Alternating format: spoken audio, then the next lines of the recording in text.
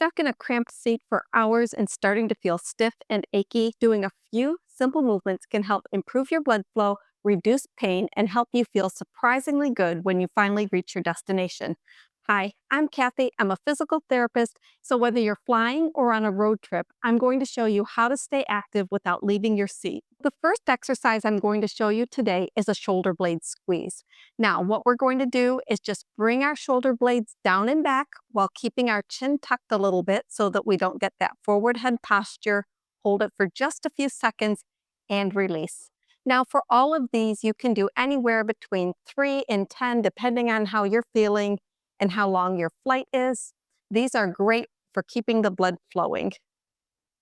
And if you're on a flight, you'd probably want to do some sort of movement at least every hour, if not more. The next exercise I'm going to show you is a reverse shoulder roll. With this, we do want to keep our head in a good alignment, so we're going to do just a little bit of a chin tuck as we bring the shoulders up, back, down, and forward.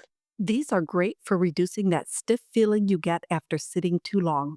Now, the next one we're going to do is just a little bit of pronation and supination while we open and close our hands.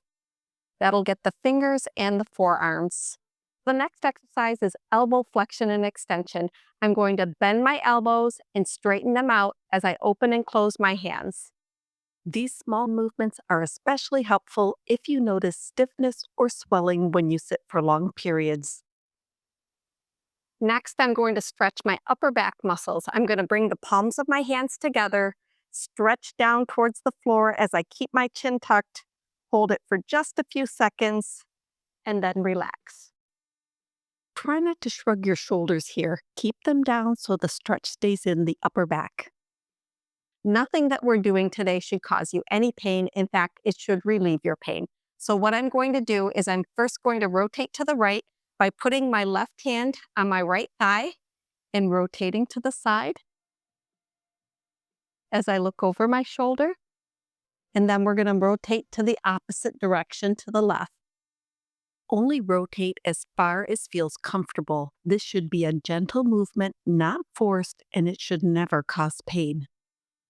If you find this type of content valuable, please like it and share it with someone you know. Next, I'm going to do some mini marches. With these, we're just going to lift up the knees, alternating left and right.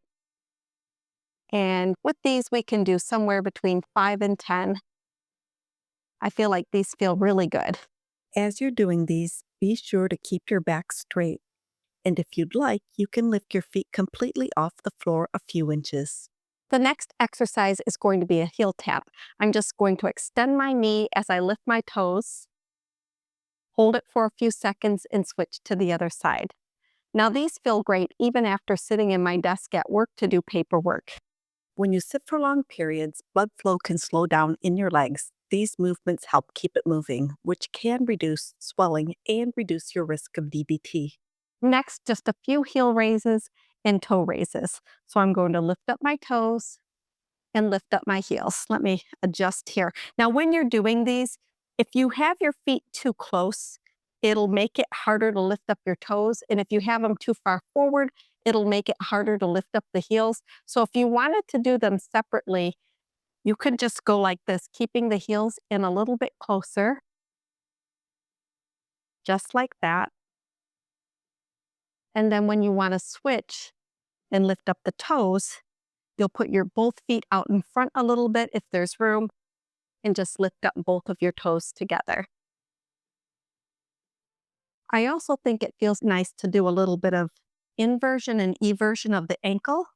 So I'm swinging my foot to the inside and then out to the outside.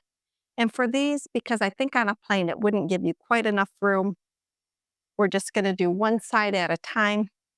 And depending on how tall you are, these might be a little bit difficult, but I'm pretty short. So if you happen to be short, this is one time where being short can be used to your advantage. My friend Wendy from My Life Jam gave me the idea for this video, so thank you, Wendy, and I hope you find these exercises helpful. And if you happen to be traveling soon, you might also enjoy this video here.